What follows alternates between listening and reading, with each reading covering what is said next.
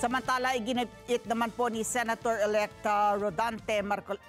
Senator Rodante Marcoleta na hindi na dapat pang ituloy ang impeachment trial laban kay Vice President Sara Duterte. Binigyan din ni Marcoleta na may mali po sa proseso ng impeachment at basehan ng mga kaso laban sa Vice Presidente. Mayan Corvera sa detalye ng balita. Mayan? Ani, naghahanda na ang ilang senador sa pagsasagawa ng impeachment trial laban kay Vice President Sara Duterte. Pagtiyak ng mga mambabatas, susuriin nilang mabuti kung credible nga ba ang mga ebidensyang ipipresenta sa kanila ng prosecution panel. Pinaghahandaan na ng mga senador ang magiging impeachment trial laban kay Vice President Sara Duterte sa Senado. Sa harap yan ng inaasahang pagsisimula ng paglilitis sa Vice Presidente sa pagbubukas ng 20th Congress sa July 30. Kung si Senator-elect Rodante Marcoleta ang tatanungin, hindi na dapat ituloy ang impeachment trial na aniyay lumilikha lang ng matinding away sa mga lider ng bansa.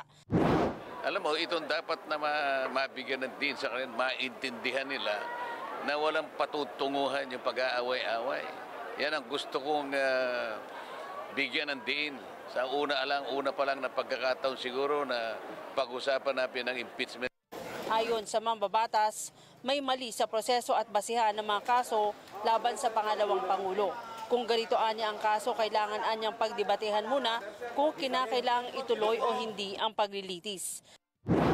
Kapag dating sa 20th Senate halimbawa, magkakaroon na dyan ng diskusyon. Magkakaroon dyan ng debate, palagay ko. Hindi ko malaman paano ilalaban na ang impeachment na isinulong ng 19th Congress ay parang ganun na lamang, itutuloy mo na lamang sa 20th Congress ng walang kaukulang mga batas na maaaring mapagsaligan. Dito lang ay gusto ko nang tapusin.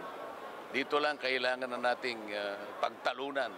Dapat mo bang i-turn over sa 20th Congress yung ginawa ng 19th Congress? Yan ang issue dyan. We are in full support of... Si Senator-elect Ping Lacson, hinimok ang mga kongresista na maghanda ng credible evidence. Ayon kay Lacson, kailangang makumbinse ang 16 na senador na matibay ang mga ebidensya sa mga akusasyon laban sa pangalawang Pangulo para magkaroon ng verdict.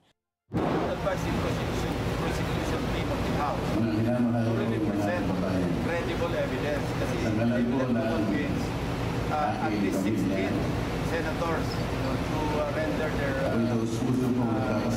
verdict of conviction. Kasi kung kulang ebidensya, wala talaga.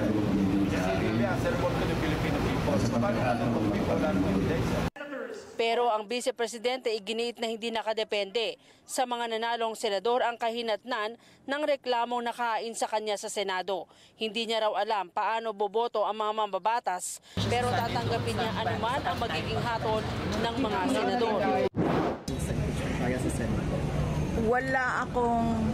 Wala akong expectations of acquittal or a verdict guilty. Basta sa akin lang ay tinanggap ko na kung ano yung magiging verdict. Whether guilty man yun or acquittal, I'm already at peace. At hindi ko alam kung paano boboto ang mga senators. If at all there will be a trial, I think it is wrong to start counting votes now because they haven't seen evidence yet. They haven't seen what the prosecutors have. They haven't seen what our defense is. Kasado na anya ang lahat ng kanilang paghahanda, pati ang kanyang magiging defense team. Inamin ni Duterte na nais niyang magkaroon ng paglilitis at maipresenta sa publiko ang mga sinasabing ebidensya laban sa mga reklamo sa kanya.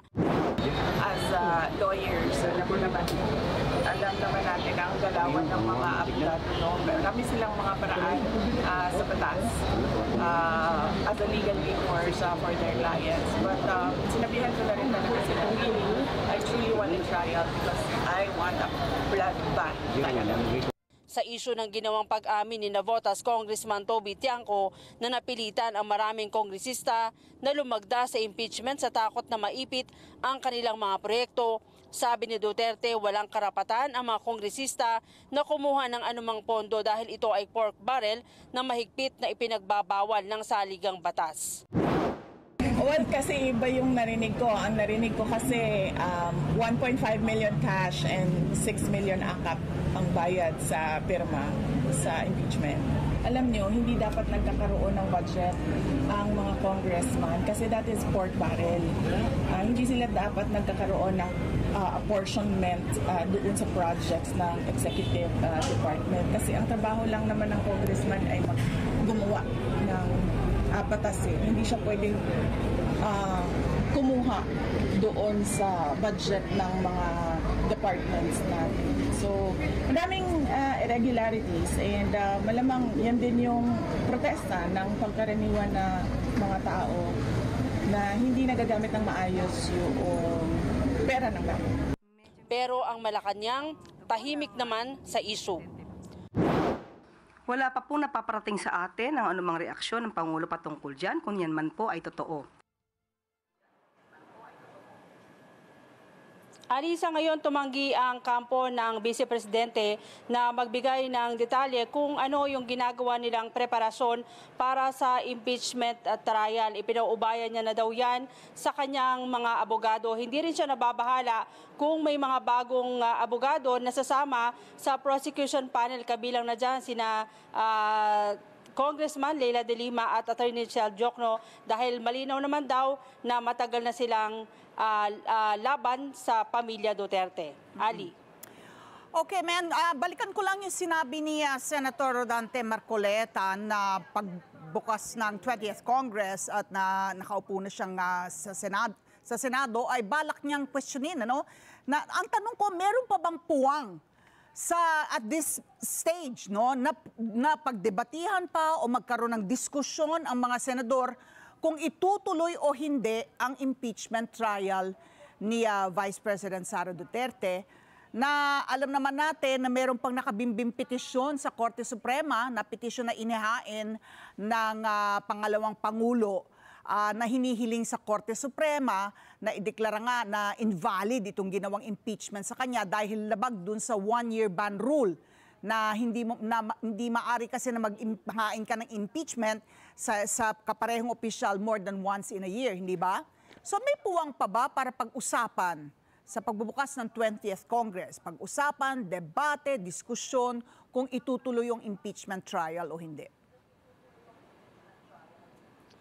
Ali, ang proseso kasi sa June 2, ipe-present ng prosecution panel dito sa 19th Congress yung mga reklamo nila laban sa Vice Presidente. Pagdating ng July sa opening ng session, ayon kay Marcoleta, posible pa yung ma-question dahil third week ng July yung pagsisimula ng session, pero yung kanilang impeachment trial proper ay magsisimula pa ng July 30. So sabi niya, may pagkakataon para ma-question yan dahil ang magiging komposisyon na ng Senado mula ng may endorso at kung magkakaroon ng trial ay magkaibang set na ng mga mambabatas. Pwede pa daw yan questionin, pero sabi ni Senate President Francis Escudero, ang makakahadlang lang para ipagpatuloy nila yung impeachment trial ay yung magiging desisyon kung maglalabas man ng temporary restraining order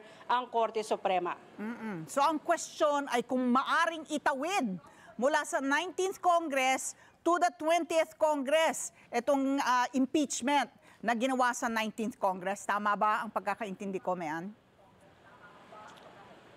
Tama, Ali, kasi magkaiba daw yung kung saan isinampa at yung nag-endorse kumpara doon sa didinig na doon sa reklamo. At kung maaari, pwedeng questionin yan ng mga abogado ni Vice President Sara at hingin ay iharap muli sa Korte Suprema para desisyonan?